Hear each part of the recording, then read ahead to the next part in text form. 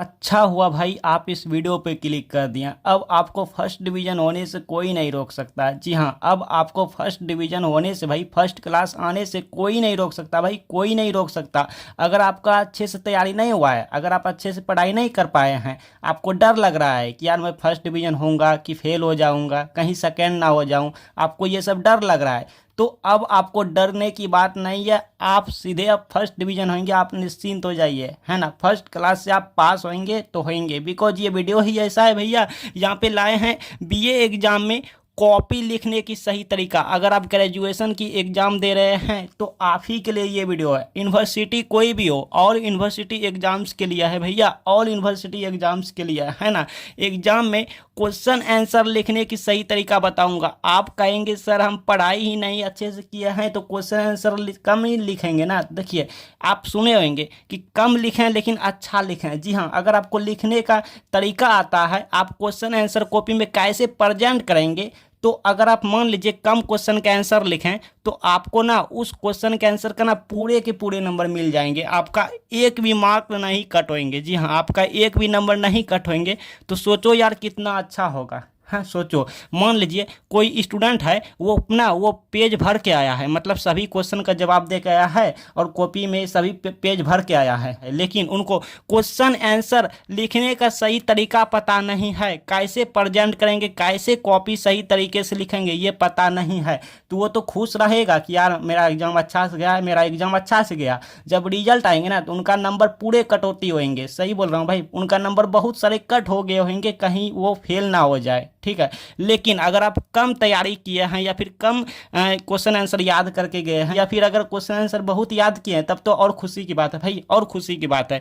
लेकिन आपको आज हम यहाँ पे बताऊंगा कि कॉपी कैसे लिखेंगे एग्जाम में, कॉपी कैसे लिखेंगे, क्या गलती ना करना है, कैसे क्या करना है, कैसे वहाँ पे रोल नंबर रजिस्ट्रेशन वो सब होते हैं, सब कुछ बताऊंगा, सब कुछ बताऊंगा। एक भी गलती नहीं होंगे आपके एग्जाम पेपर पे, एक भी गलती नहीं होंगे आंसर शीट पे, है ना। आपके आंसर शीट में एक भी गलती नहीं होंगे, चाहे आप यूनिवर्सिटी कोई भी यूनिवर्सिटी से क्यों ना है। ये वीडियो आप ही के लिए है।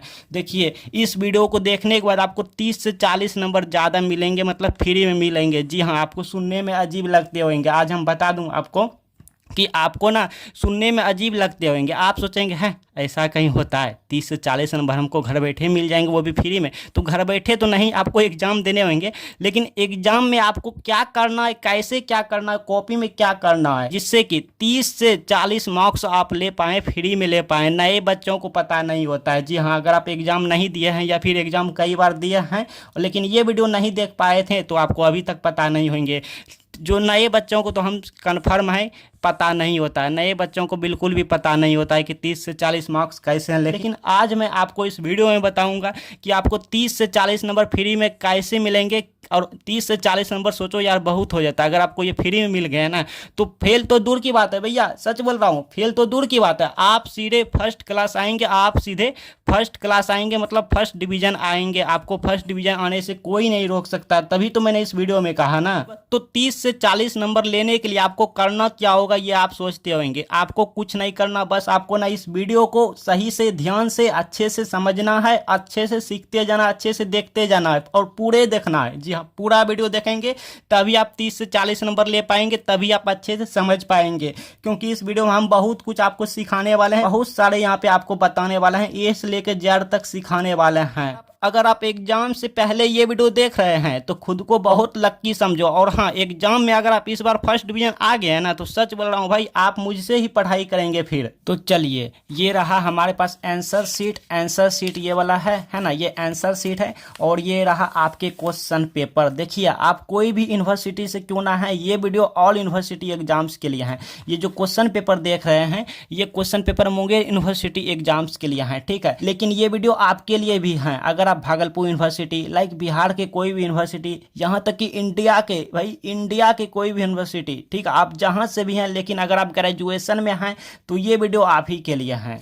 तो आंसर शीट लिखने से पहले आपको ना आपको ना, आप मेरी बातों को पहले ध्यान से सुनिए। आंसर शीट लिखने से पहले आपको रोल नंबर लिखना होता है। जी हाँ, यहाँ पे रोल नंबर लिखना होता है। कहाँ से मिलेंगे रोल नंबर? तो आपके एडमिट कार्ड में मिलेंगे। एडमिट कार्ड में आपको रोल नंबर देखने को मिलेंगे। जैसे हैं वैसे यहाँ पे लिख लेना है।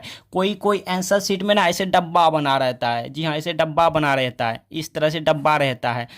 एक घर में एक के वर्ड लिखना है। जैसे 2 है तो 2, 3 है तो 3, 5 है तो 5, 7 है तो 7, इस तरह लिखना होता है। ठीक है, कोई कोई एग्जाम में मतलब किसी किसी के आंसर शीट में डब्बा बना रहता है।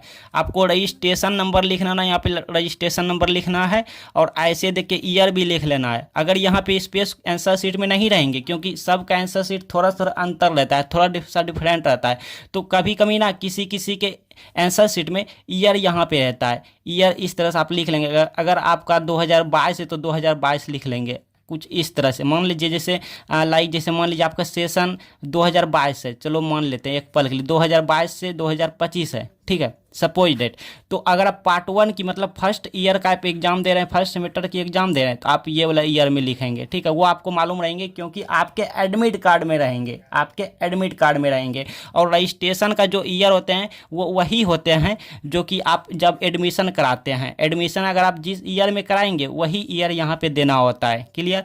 आप सब्जेक्ट रहेंगे, सब्जेक्ट में आपको ना ऑनर्स यहाँ पे लिख देना है। ऑनर्स का जो भी नाम है, हिंदी है तो हिंदी, ठीक है, जो भी नाम है, और यहाँ पे बगल में लिख देना है, साइड में ऑनर्स लिख देना, ऐसे कर देना है। जैसे हम यहाँ पे लिखे हैं वैसे आपको एग्जाम में करना है ना। अगर सब्सिडरी रहेंगे तो यहाँ पे लिख दीजिएगा SUB, दे के इस तरह डॉट कर दीजिएगा, एग्जामिनर समझ जाएंगे। या फिर SUB S दे दीजिएगा, इस तरह दे दीजिएगा जैसे ऑनर्स में दिए हैं, एग्जामिनर समझ जाएंगे। ठीक है, पेपर, अब ऑनर्स में भी पेपर होते हैं। पेपर 1 का आप एग्जाम दे रहे हैं, पेपर 1 इस तरह लिखेंगे, 2 का दे रहे हैं तो 2 लिखेंगे, 3 का दे रहे हैं 3 लिखेंगे, 4 का 4, जो भी आपका पेपर है इस तरह लिखेंगे। ठीक है, अब पार्लियामिंग सीटिंग, अगर आप फर्स्ट सीटिंग में एग्जाम दे रहे हैं तो प्रथम लिखेंगे इस तरह से। ठीक है, नहीं तो आप इस तरह भी लिख सकते हैं, इस तरह भी लिख सकते हैं।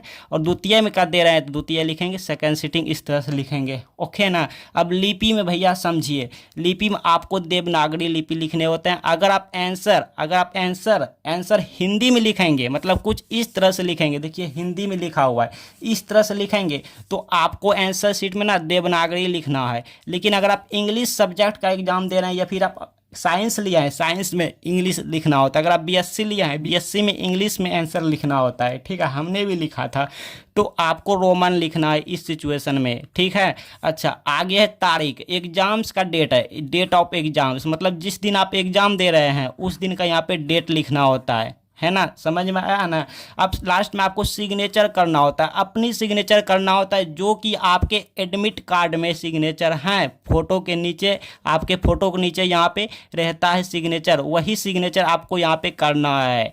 तो समझ लिए ना भाई जी एंड सिस जी, आपको ना ये सब ध्यान में रखना है और इस तरह से कॉपी में लिखना है। बाय चांस अगर एग्जाम में घबराहट हो, आपको डर लगे कैसे क्या भरना है, और मान लीजिए आप नहीं जानते हैं, कोई यहाँ पे आ गया है, कुछ भी रह गया, इसमें क्या भरें ना भरें, आपको कुछ भी समझ नहीं आ रहे हैं, तो वहाँ पे एग्जामिनेशन में जो टीचर या मैम होते हैं ना, उससे आप हेल्प ले सकते हैं, ये सब पूछ सकते हैं। ठीक है, ये सब बता देंगे। चलिए अब आगे हैं आंसर शीट पे। ठीक है, आंसर शीट में अब आपका काम होता है।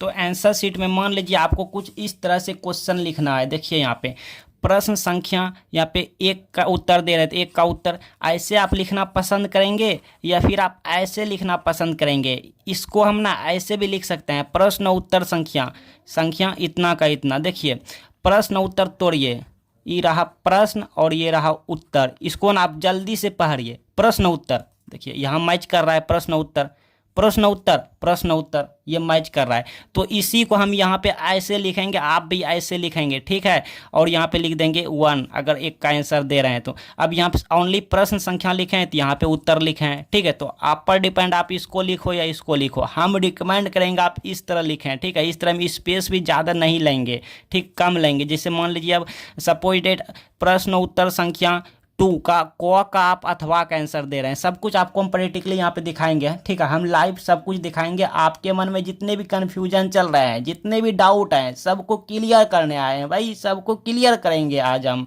ठीक है। तो प्रश्न उत्तर संख्या 2 के क का अथवा का आंसर देंगे तो इस तरह लिखेंगे। आपको एग्जामिनेशन में 2 पेन लेके जाना है, जी हाँ 2 पेन लेके जाना है, एक ब्लैक कलर का एक ब्लू पेन का, ठीक है। देखिए आपको 2 पेन लेके जाना है, जी हाँ, और वही पेन लेके जाना है जिससे कि आपका प्रैक्टिस हो चुके हैं। अगर प्रैक्टिस नहीं हुए हैं तो अभी टाइम है आपके पास, तो आप प्रैक्टिस कर लीजिए भाई, प्रैक्टिस कर लीजिए।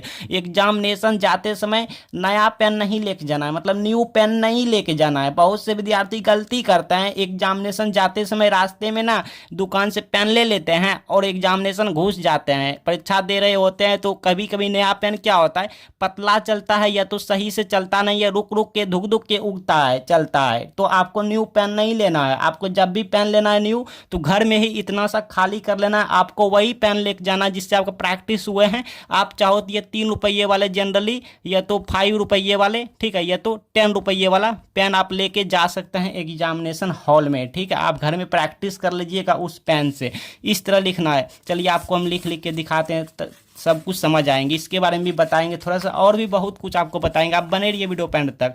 देखिए ये रहा हमारे पास प्रश्न पेपर, ठीक है, प्रश्न रहा, ये आंसर शीट है। यहाँ पे लिखेंगे, पहले लिखेंगे प्रश्न 1 का आंसर दे रहे हैं, यहाँ पे लिखेंगे प्रश्न उत्तर संख्या 1। कुछ इस तरह से डब्बा बना देंगे, ऐसे घेरा बना देंगे, ठीक है। आपको ब्लैक पेन यूज करना है यहाँ पे। अब ना स्केल लेके जाना है, स्केल से ना यहाँ पे अंडरलाइन कर देना है, कुछ इस तरह से करना है। आप ध्यान से देखिए, इस तरह से करना है। अब यहाँ पे देखिए 1 में ना, 1 में 1 2 3 5 इस तरह से दिए हुए हैं। तो हम तो देखिए यहाँ पे पहले हम लिख दिए हैं प्रश्न उत्तर संख्या, मतलब प्रश्न उत्तर दोनों यहाँ पे लिख दिए हैं। अगर हम 1 का आंसर देंगे, 2 का देंगे, 3 का देंगे, तो कुछ इस तरह से लिखेंगे। देखिए यहाँ पे ना, यहाँ पे हम इसको ऐसे बना देंगे। यहाँ पे थोड़ा मिस्टेक हुआ, जैसे यहाँ पे उल्टा पुल्टा हो गया है। इसको मान लीजिए एक पल के लिए 1 है, यहाँ पे देखिए, यहाँ पे अच्छे से आप देखिए, अच्छे से समझिए। यहाँ पे 1 है तो यहाँ पे 1 दे देंगे, ठीक है। ये आप कट कर दीजिए, ये दूसरे के लिए हम कॉपी बनाए थे, ठीक है। आपको और भी दिखाएंगे, इसके बारे में भी समझाएंगे। और यहाँ पे ए का जो भी सही है, मतलब 1 का जो भी सही है, मान लीजिए बी सही है तो यहाँ पे बी दे देंगे। ऐसे सपोज डेट सही होगा कि नहीं होगा हमको नहीं पता, इस तरह से दे देंगे, इस तरह से करेंगे, इस तरह करेंगे, ठीक है। चलिए अब आपको हम हिंदी पे ऑनर्स का दिखाते हैं, इसी के लिए ये बनाए हैं कॉपी, ठीक है। तो यहाँ पे आप देख पा रहे हैं मुंगेर यूनिवर्सिटी का है। तो आप जो भी यूनिवर्सिटी से हैं सभी के लिए है ये वीडियो, क्योंकि आज हम 30 से 40 नंबर आपको फ्री में दिलाएंगे ना, इसलिए वो अभी बताए नहीं है, फ्री वाला टिप्स बताएंगे इसी वीडियो में। तो मान लीजिए सबसे पहले हम 1 का 1 का आंसर दे रहे हैं, तो अब इसका कैसे लिखें कि भाषा दर्शन पाठ्य पुस्तक के संपादकीय के नाम बताएं, ठीक है। तो जो भी है यहाँ पे देखिए कुछ इस तरह से लिखेंगे। हमको 1 लिखेंगे, 1 का देंगे तो 1 लिखेंगे। अब यहाँ पे लिखेंगे भाषा दर्शन, जो भी है अपने बुक में देख के छाप देंगे। अब जो भी आंसर है ना, जो भी आंसर है वो तो आप जानते रहेंगे, तो उसको ना ब्लैक पेन से अंडरलाइट करना है, हाईलाइट करना है, ताकि एग्जामिनर को यहाँ पे फोकस कराना है एग्जामिनर को, ठीक है। हम आंसर दिखाना चाह रहे हैं एग्जामिनर को। फिर हम 2 का आंसर देंगे, जलद मंत्र रव क्या अर्थ है, कुछ इस तरह से लिखेंगे। यहाँ पे स्पेस देना है, आंसर इसका यहाँ पे ये प्रश्न हो गया, यहाँ पे स्पेस रखना है, ठीक है। फिर यहाँ पे 2 देंगे, इस तरह देंगे। अब आंसर हम इसलिए नहीं लिख रहे हैं क्योंकि यहाँ पे लिख दिया प्रश्न उत्तर संख्या, मतलब प्रश्न और उत्तर दोनों है यहाँ पे। इस तरह लिखेंगे ब्लू पेन से लिखेंगे। अब ब्लैक पेन से ना आंसर जहाँ तक है उसको अंडरलाइन करना है। जैसे देखिए अर्थ, यहाँ तक क्वेश्चन था अर्थ, और यहाँ पे है, यहाँ पे क्या है, तो मेघ की गर्जना के समान गंभीर ध्वनि है, तो यहाँ तक अंडरलाइन करेंगे कुछ इस तरह से। आप तो समझदार हैं, देखिए अब आप देखिए समझ में आते होंगे। अब तीसरा नंबर में कहा है, कहाँ गया, कहा है कवि किस ज्योति से संसार को जगमग कर देना चाहता है। तो आंसर तो आप जानते रहेंगे, तो लिखेंगे कवि ज्ञान की ज्योति से संसार को जगमग कर देना चाहता है। अब ना ब्लैक पेन से स्केल रख के अंडरलाइन करना, आप एक बार भी अंडरलाइन कर सकते हैं, ठीक है। हम आपको दिखाने के लिए 2 बार अंडरलाइन कर दिए ताकि वीडियो में साफ साफ दिखे, ठीक है, क्वालिटी। और हाँ, आपको पेन से ये सब लिखना है। हम ये स्केच से लिखे हैं, स्केच पेन होते हैं उसी से लिखे हैं, स्केच पेन से, बट आपको पेन से लिखना है, ठीक है। वही 3 रुपये वाला या 5 रुपये वाला या 10 रुपये वाला पेन लेके जाना है।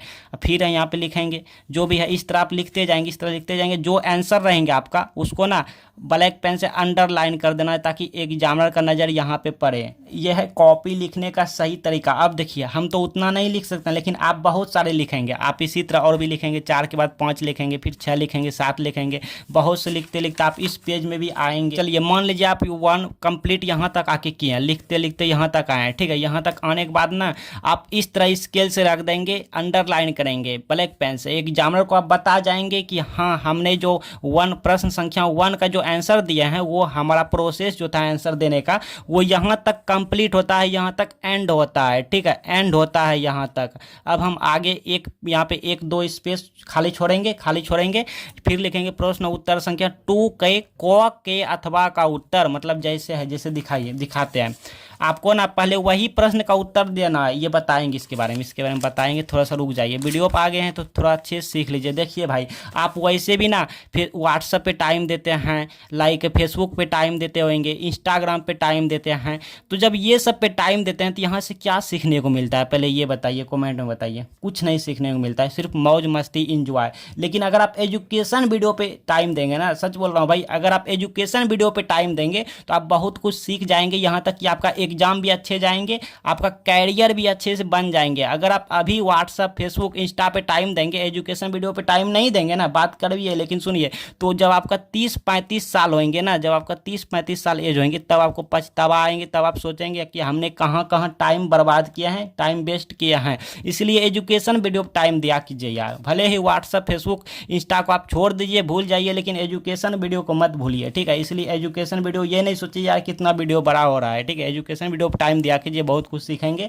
आप ही को फायदा होंगे। देखिए तो कहाँ रहा, हम 2 कहाँ, देखिए 2 कहाँ गया, ये रहा 2 का आंसर देने जा रहे हैं। तो 2 में देखिए क्या है, क और ख है। अब क में भी ना अगर ये नहीं जानता हिमालय का संदेश तो अथवा के बाद यहाँ पे अकाल और उसके बाद है, तो हम दू के क का ही आंसर दे रहे हैं, लेकिन अथवा का आंसर दे रहे हैं। तो यहाँ पे किस तरह लिखेंगे, इस तरह लिखेंगे प्रश्न उत्तर संख्या 2 के क के अथवा का उत्तर, ठीक है। अब अथवा का उत्तर जो लिखेंगे तो टॉपिक क्या है, टॉपिक कोई ब्लैक पेन से लिखेंगे, अकाल और उसके बाद, ताकि एग्जामिनर का सारा डाउट कन्फ्यूजन दूर हो जाए, एग्जामिनर को सुविधा देना है। तो हम यहाँ पे लिख दिए अकाल और उसके बाद। टॉपिक क्या है, देखिए अकाल और उसके बाद है। अगर आप 2 के ख के ये वाला आंसर देंगे अथवा महादेवी वर्मा, लाइक इस तरह से आपको दिखाते हैं। देखिए इन दोनों में से किसी एक को लिखेंगे। प्रश्न उत्तर संख्या 2 के क के अथवा का उत्तर, इस तरह लिखेंगे। अब इस अथवा के बाद क्या है, किस प्रश्न का आप आंसर दे रहे हैं, तो अकाल और उसके बाद का आप आंसर दे रहे हैं। फिर आप लिखेंगे इसका आंसर देने के बाद, ठीक है, आंसर देने के बाद लिखेंगे प्रश्न उत्तर संख्या 3 के ख के अथवा का उत्तर, जिसका भी आंसर देंगे आप इस तरह लिखेंगे। अथवा के बाद किस प्रश्न का आप आंसर दे रहे हैं, तो यशपाल और साहित्य, इसी का आप आंसर दे रहे हैं, ठीक है। कुछ इस तरीके से आप लिखेंगे जिसका भी आंसर देंगे। 4 का ख का आंसर देंगे तो 4 के प्रश्न उत्तर संख्या 4 के ख, और यहाँ पे अथवा का देंगे तो अथवा का लिखेंगे।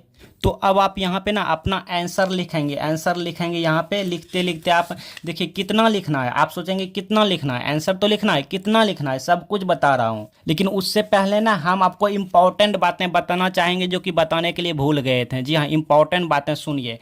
आपको एग्जाम कॉपी लिखते समय, आपको हम इसलिए यहाँ पे नोट करके दिखा रहे हैं ताकि आप खुद से पढ़ के समझ सकते हैं। आपको एग्जाम कॉपी लिखते समय, मतलब आंसर लिखते समय, ठीक है, क्या करना है, कॉपी के शुरुआती, मतलब आंसर शीट के शुरुआती 1 से 3 पेज में, आंसर शीट के शुरुआती 1 से 3 पेज में, समझ रहे हैं ना। जैसे मतलब कि हमने रोल कोड, रोल नंबर, ये सब भरा, सब कुछ भरा, लिपि, रोमन अंक, सिग्नेचर, ठीक है, सब कुछ किया, रजिस्ट्रेशन नंबर सब लिखा।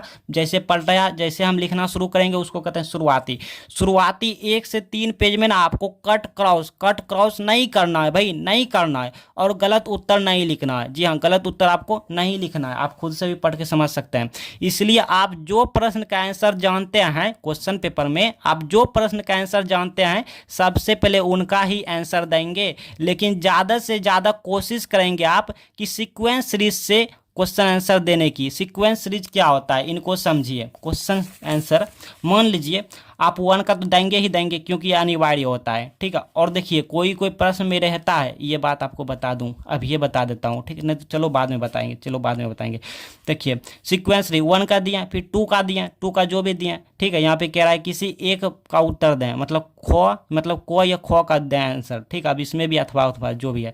फिर 2 का मान लीजिए नहीं जानते हैं, 2 का कोनो नहीं जानते हैं, कुछ भी नहीं जानते, तो 1 का, तो ऐसा नहीं कि हम 2 के बाद 5 का आंसर दिया फिर 3 4 का आंसर देने लगे, ये गलत तरीका हुआ। आपको नंबर मिलेंगे लेकिन थोड़ा सा वहाँ पे नेगेटिव इंप्रेशन जाएंगे भाई, थोड़ा सा नेगेटिव इंप्रेशन जाएंगे। लेकिन आप 1 के बाद 2 नहीं जानते हैं, 3 जानते हैं, 3 लिख दीजिएगा, 4 जानते हैं, 4 लिख दीजिए। कैसे लिखेंगे नहीं जानते हैं, गलती सलती भी लिखना है, सब कुछ बताऊंगा कैसे लिखना है ये भी बताऊंगा, लेकिन थोड़ा देख लेते हैं आगे।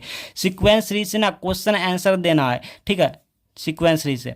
अब बाय चांस कोई वर्ड गलती हो जाए, कोई वर्ड अगर गलती हो जाए, आंसर बहुत से लिखेंगे ना, बहुत से लिखते लिखते कोई वर्ड गलती हो जाए, तो भीड़ में आई मीन ज़्यादा शब्दों के बीच कोई वर्ड गलती हुए रहेंगे, हाँ भीड़ में या ज़्यादा शब्दों के बीच कोई वर्ड गलती हुए रहेंगे, जैसे आपको हम दिखाते हैं।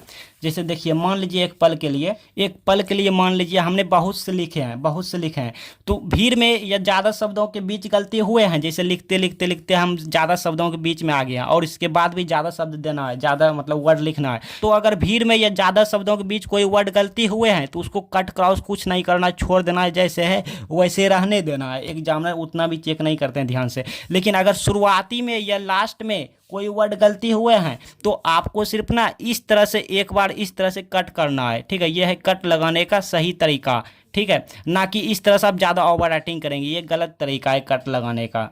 थोड़ा सा टाइम देकर आप इनको समझिए, तो पहले इनको समझिए, थोड़ा सा आप टाइम देके इनको समझिए। आपके एग्जाम में टोटल जो टाइम रहते हैं वो 3 घंटा का रहते हैं, 3 आवर का टाइम रहते हैं, ठीक है, 3 घंटा का टोटली टाइम रहता है। तो हमने मिनट में बदले हैं तो 180 मिनट होता है। अब 180 मिनट में से 20 मिनट आप इसको टाइम दीजिए, roll number, registration number, signature, लिपि, कौन सा आप ये सब ऑनर्स विषय भरने में, ठीक है। 20 मिनट आप इनको टाइम दे दिए, बचा कितना 160 मिनट बचा। आप इनको थोड़ा सा समझिए। अब 160 मिनट जो बचा इसको कैसे यूज करना है, तो मान लीजिए अगर आपको 10 क्वेश्चन का आंसर देना है, इतना देना नहीं होता है। आप सोचेंगे क्यों डरा रहे हैं भाई, देखिए आपको 5 क्वेश्चन का आंसर देना होता है, लेकिन आपके एग्जाम में इस तरह कहे रहेंगे, इस तरह कहेंगे कि किन्हीं 5 प्रश्नों के उत्तर दें जिनमें से प्रश्न संख्या 1 जरूरी है, 1 तो ऑब्जेक्टिव रहेंगे वो देना ही है, तो किन्हीं 5 का उत्तर देना है। लेकिन सपोज दैट किसी के यूनिवर्सिटी में ना, किसी की यूनिवर्सिटी में वो कहता है कि 10 प्रश्न का उत्तर दें, ठीक है, 10 प्रश्न का, खास करके सब्सिडरी सब में शायद रहता है। तो इनको भी समझिए, इनको भी समझिए। और हाँ एक बात बता दूं, आपके एग्जाम पेपर में जो क्वेश्चन देंगे उनमें लिखे रहेंगे किन्हीं 5 प्रश्नों का उत्तर दें, लेकिन अगर नहीं लिखे रहते हैं तो आपको सभी के उत्तर देने होंगे। जी हाँ, अगर ये नहीं लिखे रहेंगे तो आपको सभी प्रश्न के उत्तर देने होंगे।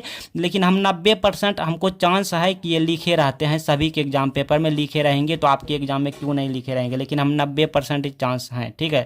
हाँ ये मान लीजिए 10 क्वेश्चन के आंसर आपको देने हैं, तो 160 में 10 से डिवाइड करेंगे तो 16 मिनट निकलता है एक क्वेश्चन। एक क्वेश्चन का आंसर जो आप लिखेंगे वो 16 मिनट में आपको कंप्लीट करना है। मतलब कि 12 13 18 मिनट हो गया लिख रहे हैं तो समझ जाना है आप ज़्यादा टाइम नहीं देना। मतलब एक क्वेश्चन पे आपको 15 16 12 मिनट ही टाइम देना है, ठीक है, एक क्वेश्चन कंप्लीट होने में इतना। और वहीं पर अगर 5 क्वेश्चन का आपको आंसर देना है तो 5 में से 32 मिनट, मतलब एक क्वेश्चन पे आपको 30 मिनट आधा घंटा टाइम देना है, ठीक है। अच्छा वहीं पर अगर आप पेज की बात करते हैं, टोटली पेज जो होते हैं, लाइक टोटली पेज जो होते हैं वो होते हैं 32 पेज के, 32 पेज का अप्रॉक्स रहते हैं। तो एक पेज आप रफ को दे दो ना भाई, रफ में, और सपोज 2 पेज हम व्यर्थ मान लिए, 2 पेज बर्बाद मान लेते हैं, एक पेज हो सकता है फ्रंट में रहता है रोल नंबर रोल कोड सब, ठीक है।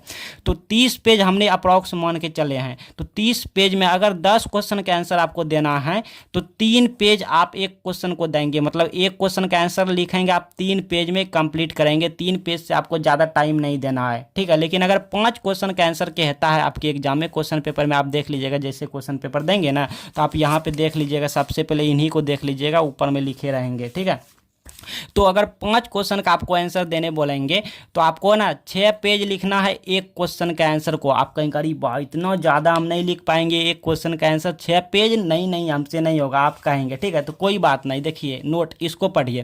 कैसा भी क्वेश्चन क्यों ना हो आपके पास 2 3 या 4 पेज तक ही लिखना है, ज़्यादा काहे लिखेंगे, 2 3 या 4 पेज तक लिखना है। लेकिन अगर आप अच्छे से जानते हैं लिखना है, लेकिन टाइम को आप ध्यान में रखते हुए, ऐसा नहीं कि इसी को लिखते लिखते पूरे टाइम गुजार दिए, ऐसा नहीं। ठीक है, अगर आप नहीं जानते हैं, मान लीजिए कोई क्वेश्चन का आप आंसर कुछ भी नहीं जानते हैं, तो गलती सलती दूसरे प्रश्न का उत्तर ये बना बना के बीच में कुछ भी घुसा दो ना भाई, लिख देना है 3 से 4 पेज तक पहुंचा देना है, नाम कर देना है कि हमने इस प्रश्न का उत्तर दिया, आपको नंबर मिल जाएंगे। तो अगर आप जिस प्रश्न का आंसर नहीं जानेंगे तो गलती सलती कैसे लिखेंगे, कैसे दूसरे प्रश्न का उत्तर लिखेंगे, कैसे बना बना के आंसर लिखेंगे, ये सब का भी तरीके होते हैं। तो इसके लिए एक प्लेलिस्ट बना दिया है, इस प्लेलिस्ट में जाके ना, इस प्लेलिस्ट में जाके ना 5-6 वीडियो देख लीजिए अच्छे से, ताकि आप अच्छे से सीख लेंगे। ठीक है, बिना पढ़े पास होने की ट्रिक, ये वाला वीडियो आप देख लीजिएगा इस प्लेलिस्ट में जाके, उसके बाद आपके एग्जाम में अच्छे नंबर आएंगे। आई थिंक आप कॉपी लिखने सीख गए होंगे। तो नेक्स्ट वीडियो किस पे लाऊं आप कमेंट बॉक्स में जरूर बताइएगा, हम वीडियोज लाएंगे। इसके लिए आप सब्सक्राइब करके ऑल नोटिफिकेशन कर लीजिएगा।